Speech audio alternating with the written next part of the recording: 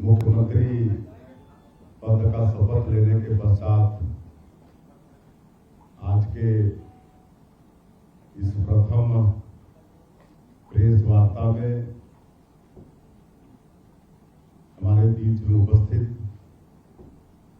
हमारे deputy CM Shri Arun Sao जी, deputy CM Shri Vijay Sharma ji,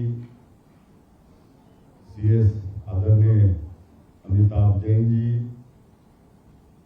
जनसंपर्क विभाग के हमारे अधिकारी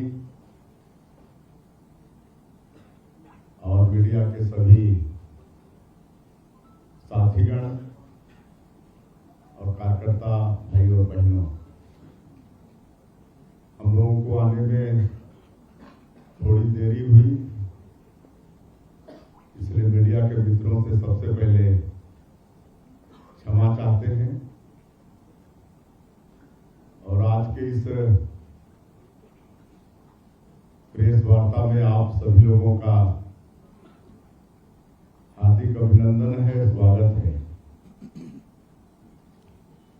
सबसे पहले तो आप लोगों के माध्यम से हम पूरे प्रदेश के मतदाताओं को धन्यवाद देना चाहेंगे, जिन्होंने भारतीय जनता पार्टी पर बहुत बड़ा विश्वास किया और जितनी हम लोग कल्पना नहीं किए थे उससे भी ज्यादा बड़ी सफलता हम लोगों को दिलाने का काम किया। 54 सीट हमारी पार्टी ने हासिल किया और कल 13 दिसंबर को शपथ ग्रहण समारोह था, जिसमें हमने स्वयं मुख्यमंत्री के रूप में शपथ लिया। आदरणीय श्री अरुण साव जी ने डिप्टी सीएम के रूप में शपथ लिया, आदरणीय श्री विजय शर्मा जी ने डिप्टी सीएम के रूप में शपथ लिया। और ऐसे शपथ ग्रहण समारोह में हम लोगों का सौभाग्य था कि हम लोगों को आशीर्वाद देने हमारे देश के यशस्वी प्रधानमंत्री श्री नरेंद्र मोदी जी पधारे थे। देश के यशस्वी गृह मंत्री आदरणीय अमित शाह जी पधारे थे। हमारे पार्टी के राष्ट्रीय अध्यक्ष आदरणीय जेपी नड्डा साहब पधारे थे और कई केंद्रीय मंत्रीगण पधारे थे। कई राज्यों के मुख्यमंत्रीगण पधारे थे। उत्तर प्रदेश के मुख्यमंत्री आदरणीय योगी आदित्यनाथ भी पधारे थे और भी बहुत लोग पधारे थे। आप लोगों के माध्यम से उनके भी हम बहुत आभारी हैं और समय निकालकर हम लोगों को आशीर्वाद देने आए। शपथ लेने के बाद आज पहला कैबिनेट का बैठक संपन्न हुआ है, जिसमें हम लोगों ने जो चुनाव कैंपेनिंग के दौरान मोदी की गारंटी में जो हम लोगों का वादा भी है कि जो पिछले 5 वर्षों में कांग्रेस पार्टी की सरकार में जो गरीब लोग 18 लाख प्रधानमंत्री ग्रामीण आवास से वंचित हो गए, उनको मकान देने का काम करेंगे। हमारे यशस्वी प्रधानमंत्री श्री नरेंद्र मोदी जी ने भी छत्तीसगढ़ की जनता से वादा किया था कि हमारी सरकार बनेगी तो जो भारतीय जनता पार्टी का मुख्यमंत्री होगा वो सबसे पहला काम 18 लाख आवास स्वीकृत करने का काम करेगा। और आज वही काम हम लोग पहले कैबिनेट में किए हैं। आज के कैबिनेट में हम लोगों का एकमात्र विषय वही था, जिसमें 18 लाख लोगों को आगे प्रधानमंत्री आवास की स्वीकृति देंगे। इस पर आज निर्णय लिया गया है और आने वाले समय में उस पर कार्रवाई होगी। छत्तीसगढ़ के 18 लाख गरीब लोगों को उनका हक प्रधानमंत्री आवास मिलेगा। उसके लिए जो भी आवश्यक कार्यवाही है उस हम सब लोग रहे हैं। हालांकि पिछली सरकार ने पूरे प्रदेश को आर्थिक रूप से खोखला कर दिया है, फिर भी क्योंकि इतना बड़ा जनादेश छत्तीसगढ़ के मतदाताओं ने भारतीय जनता पार्टी को दिया है, तो हम लोग मोदी की गारंटी में जो वादा छत्तीसगढ़ की जनता से किए हैं उसका 100% पालन करेंगे। आने वाले 5 वर्षों में सभी कामों को पूरा करेंगे।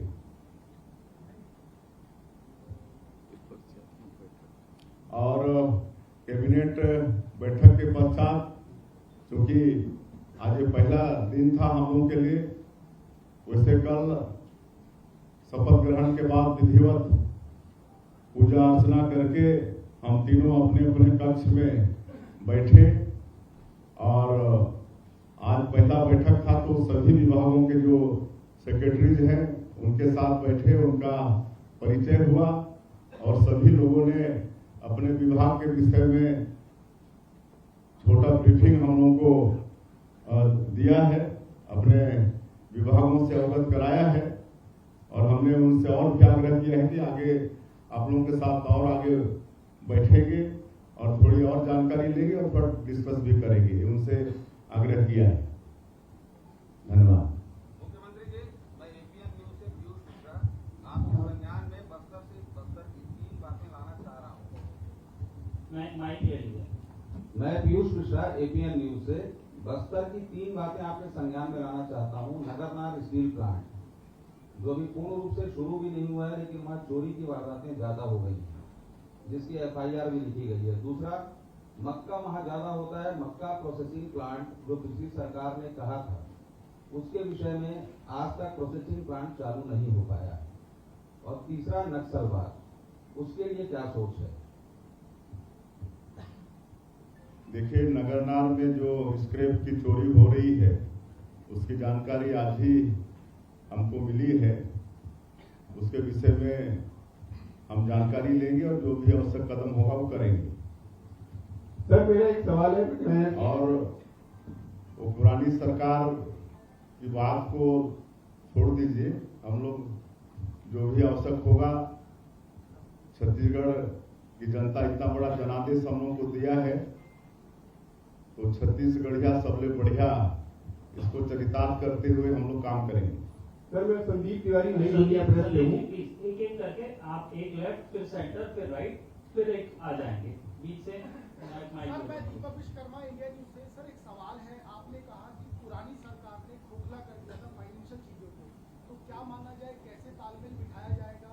क्योंकि बहुत सारी घोषणाएं आपकी भी है उस संकल्प पत्र में, उसके लिए फंड्स कहाँ से आएंगे, कैसे वो सामंजस्य बैठेगा?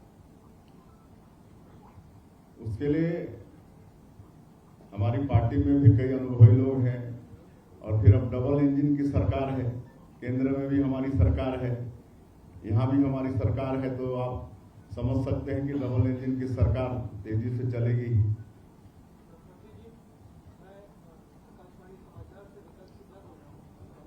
नीचे से ऑन कर लो।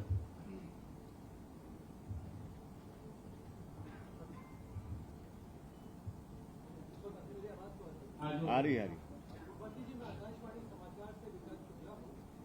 जो विधानसभा चुनाव हुए हैं उसमें आदिवासी क्षेत्रों में भारतीय जनता पार्टी को काफी सफलता मिली है। सरगुजा में आपने सारी सीटें जीती हैं, बस्तर में भी काफी सीटों में आपने सफलता हासिल की है। तो आदिवासी समुदाय की आपसे विशेष रूप से अपेक्षाएं हैं, तो आदिवासी क्षेत्रों के विकास के लिए, आदिवासी लोगों के विकास के लिए आपकी क्या कार्य योजना है? उन क्षेत्रों के विकास के लिए आप क्या विशेष करेंगे? विधानसभा 2023 के चुनाव में आदिवासियों का पूरा आशीर्वाद मिला है, समर्थन मिला है। सरगुजा संभाग में कांग्रेस का सुपड़ा साफ कर दिए हैं, पूरी तरह से सफाया कर दिए हैं। बस्तर में भी 12 में से 8 सीट भारतीय जनता पार्टी ने हासिल की है। और वैसे आजादी के प्राथमिक दिनों में आदिवासी समाज जरूर कांग्रेस पार्टी के वोट बैंक के रूप में इस्तेमाल होता रहा, लेकिन जब श्रद्धेय अटल बिहारी वाजपेयी जी इस देश के प्रधानमंत्री बने तो उन्होंने जो छत्तीसगढ़ का जो ट्राइबल बाहुल एरिया है, जो मध्य प्रदेश में था, और इस ट्राइबल बाहुल इलाके का समुचित विकास हो, इसलिए छत्तीसगढ़ राज्य का निर्माण किया। उसके बाद भारत सरकार में पहली बार ट्राइबल समाज का समुचित विकास हो, इसके लिए भारत सरकार में आदिम जाति कल्याण मंत्रालय का गठन किया। आज पर्याप्त बजट आदिम जाति कल्याण मंत्रालय में है, और मैं पिछले 20 साल सांसद था, और मेरा सौभाग्य था कि अटल जी की सरकार में सांसद था, मोदी जी के सरकार में भी था, उनके प्रथम शासनकाल में राज्यमंत्री का भी दायित्व था। तो आदिम जाति कल्याण मंत्रालय से अपने क्षेत्र के विकास के लिए हमने बहुत पैसा लाया, और आज आदिवासी समाज ये भी जानता है कि अगर आदिवासी समाज का मान और सम्मान और विकास कोई कर सकता है तो भारतीय जनता पार्टी है। आज ये बताते हुए मुझे गौरव होता है कि जो देश का सर्वोच्च पद है महामहिम राष्ट्रपति का, उसमें भी आज आदिवासी समाज की एक महिला श्रीमती द्रौपदी मुर्मू राष्ट्रपति के पद पर विराजमान है, और ये काम कोई कर सकता है तो भारतीय जनता पार्टी ही कर सकता है। पिछले बार 2018 के चुनाव में निश्चित रूप से कांग्रेस पार्टी की लोक लुभावन जन घोषणा पत्र के कारण आदिवासी समाज थोड़ा भड़काव में आ गया था, लेकिन 5 साल में वो भूल वो सुधर गया। और इस बार जब हम लोग जाते थे क्षेत्र में चुनाव प्रचार के लिए, तो सब बोलते थे अपनी भाषा में कि ये दारी नहीं ठगान, पिछले दारी ठगा दारी ने दारी नहीं ठगान, और इस बार नहीं ठगाए। और जो 5 सालों में उनके साथ विश्वासघात हुआ, वो आधा खिलाफी कांग्रेस पार्टी की सरकार ने किया, उसका मजा कांग्रेस पार्टी को चखाया। मुख्यमंत्री जी, मैं सरिया पांडे, दैनिक अमृत संदेश से इधर से मुख्यमंत्री जी, 25 तारीख को 2 साल का किसान का बकाया बोनस देंगे क्या? पहला सवाल। दूसरा सवाल, आप लोगों ने पहले ही कैबिनेट में जांच की घोषणा का वादा किया था, मुख्यमंत्री जी इसके बारे में प्रकाश डालेंगे? देखिए, हमारे जन घोषणा चुनावी घोषणा पत्र मोदी की गारंटी में हमारी पार्टी ने ये आश्वासन दिया है कि 2 साल जब हम लोग सरकार में थे 15 वर्ष, तो 2 साल का बोनस नहीं दे पाए थे। वो बोनस 25 दिसंबर को जो हमारे नेता अटल बिहारी वाजपेयी जी, जो भारतीय जनता पार्टी के संस्थापक भी हैं, छत्तीसगढ़ राज्य के निर्माता भी हैं, निश्चित रूप से 2 साल का बोनस किसानों को देंगे।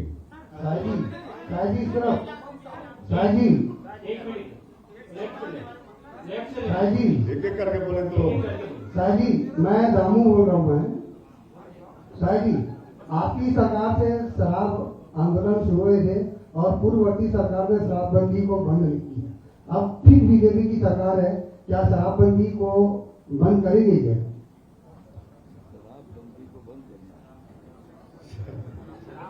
चलिए आगे बढ़ाइए, आगे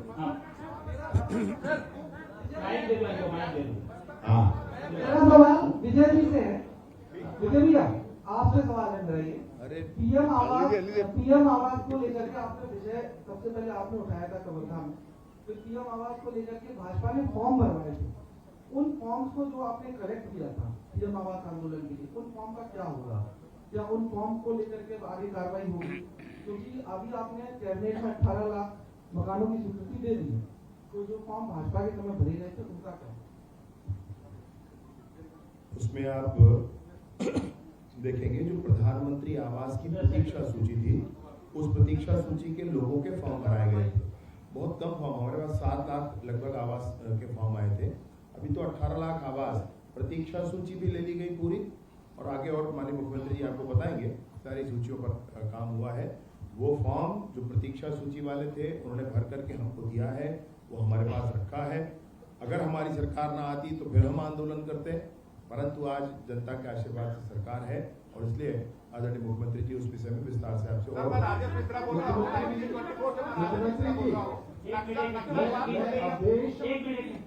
सर आपको कंप्लीट कर लेंगे। एक मिनट प्लीज आपको। हाँ मुख्यमंत्री जी मैं कोमल साहू एशियन न्यूज से। सर बहुत सारे किसान आप लोग की तरफ देख रहे हैं क्योंकि आप लोगों ने वादा किया था कि 21 क्विंटल जो धान खरीदेंगे और 31 क्विंटल पैसे देंगे, तो बहुत सारे किसान ऐसे हैं जो आपकी तरफ देख रहे हैं सर, तो उन लोग के लिए क्या कुछ आप लोग लेके आए हैं, क्या कुछ निर्णय लिया है?